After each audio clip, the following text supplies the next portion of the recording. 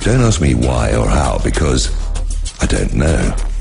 But I think Pakistan is the powder keg, or the goal. Something there is about Pakistan. It's certainly not about terrorists. It certainly isn't about intimidation and the killing of innocents who don't have two sticks to rub together much of the time. Probably one of the most spiritual events that have ever happened in my life. I suppose the argument can be made about threatening Russia and China. Failing that, I don't see what the tactical value is. You can't hold on to these areas. They can't hold on to Afghanistan and the parts of Pakistan that they're attacking. It's even harder to contain, and there's nothing and hardly anyone to contain there. There must be something more going on, only I can't see it.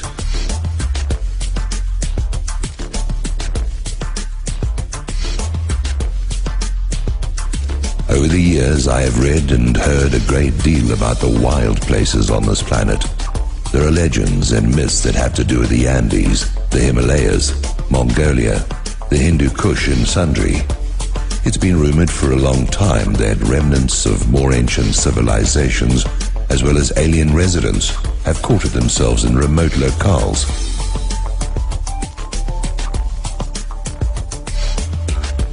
I've heard tales of civilizations inside the Earth, and of airships rising from and descending into portholes on the planet.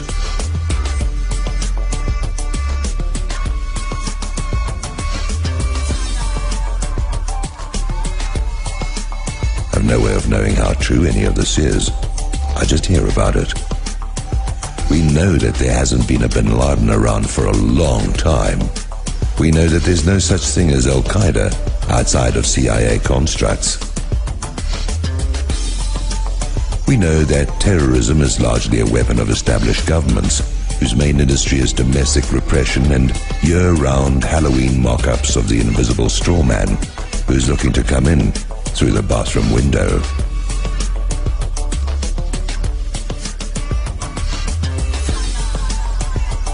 When you think about how right everything could be, given all of the new technology, you have to wonder about the need to screw everything up beyond recognition.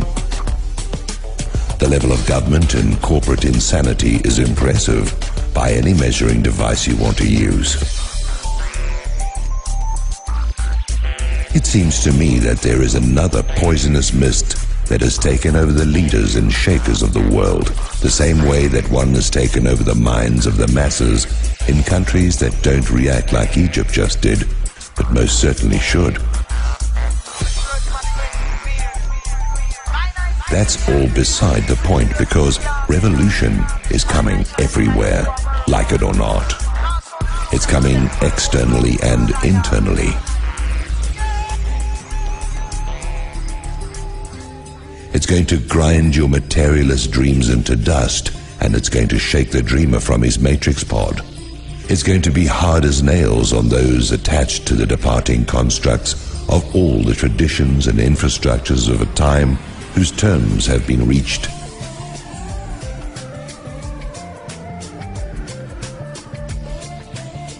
And it's going to go gentle on those who are striving in the moment to liberate themselves from these confinements. I have occasionally used an image that dovetails with this whole engine of irresistible change. It features a prison house where the inmates have been confined for times past remembering. Suddenly, there are noises and lights that have not been heard or seen before. There is confusion among the warders, and fear of the unknown is palpable throughout. The liberator has arrived, and he is going from cell to cell, releasing the prisoners. The prisoners do not want to leave. They wrap their arms into the bars to resist their deliverance. They climb under their bunks. They cry out in terror at the arrival of everything they have dreamed of and then forgotten was ever possible. Now it is there, and no one wants any part of it. Every age is held together by an integrity of being which exists for the term of its scheduled time. Once that time has come to an end, the integrity melts away and a new schematic comes into play. Ages, cultures, and periods of history are all on the clock, and they come and go accordingly. Religious traditions extend through the period of an age and sometimes longer, although they are no longer religions at that point, only what's left of the launchpad for what followed it. Dead, empty words and toxic, mind-numbing, sleep-inducing rituals. These are all passing away now. It's all going.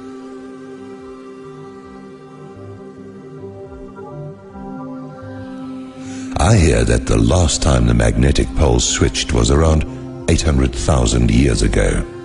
I hear hysteria in descriptions of what is to come. No one knows, but that hasn't stopped all these doomsday oracles from selling their books and theories on the back of it. Fear sells.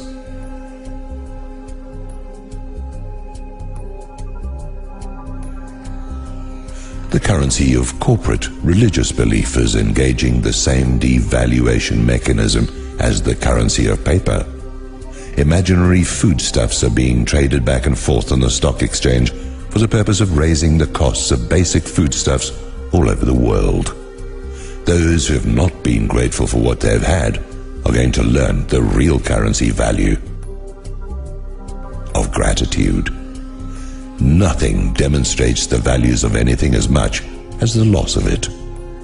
Evil and ignorance exist in as many multiples as there are ways to be misinformed and to get things wrong. Each of these is a religion that exists because of the faith invested in it by the worshipper, even if he or she is all alone in the church of their choice. Evil presupposes that one is not surrounded by abundance and cared for by unseen hands. Evil necessitates the imperative that one must seize what one desires or plot the means to acquire it. After a while, it becomes the natural and instinctive activity of everyone to have to conspire against the fortune of their fellows in order to guarantee their own. This is all passing away. This is all going, but it's not going easy or quiet. If you've thrown your lot in with these, then I expect to hear your cries of outrage when everything you were after sails away before your eyes.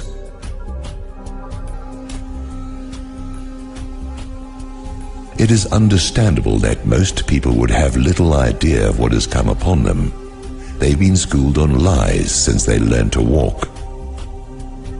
They've been minded and indoctrinated by the television and given their moves by popular songs. They've adopted the outfit of the fool to ensure the delivery of the undesirable, which only reveals itself as such in the experiences that follow. Fatigue and disappointment are the dependable gifts of the world in which we live. Do they see this? Do they adjust to their something deeper and more enduring? No, they do not. They are certain they got a dud, but the next box will contain the real thing. The real thing does not present itself in a perishable item. This is the unreal world, and it hides the real world, and that may be its most important purpose. Something immensely powerful is hiding in the world and difficult to reach places of the world. Now this world is making war on that world, and there is something in the wilds of Pakistan that is being warred on, and is not for resources or geopolitical advantage. It's for the possession of secrets that are hidden in secret places. That is why there is a general hatred being directed at all secret societies without any differences made between them. The rulers and shakers of the unreal world have discovered that there are powerful potencies and possibilities hidden in places that are hard to reach. and they want their hands on them before someone else gets there first. They've been playing with the wisdom of the ancients and their promises of things hidden for some time now, and they realize that what they want must be contained in what is hidden in the remote locations of the world.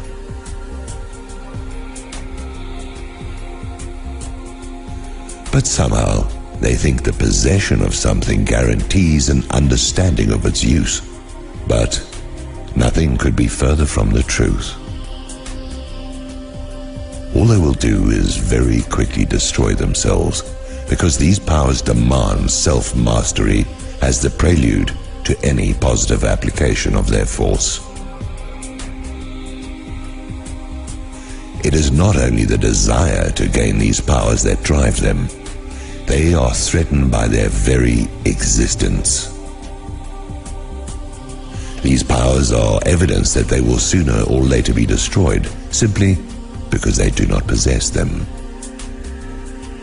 They can't win either way, but they have managed to deceive themselves that they can. All wars are magical wars directed from invisible planes of existence into the manifest. Balance gone missing has reached critical mass, and there is little time to set it right and little inclination to do so.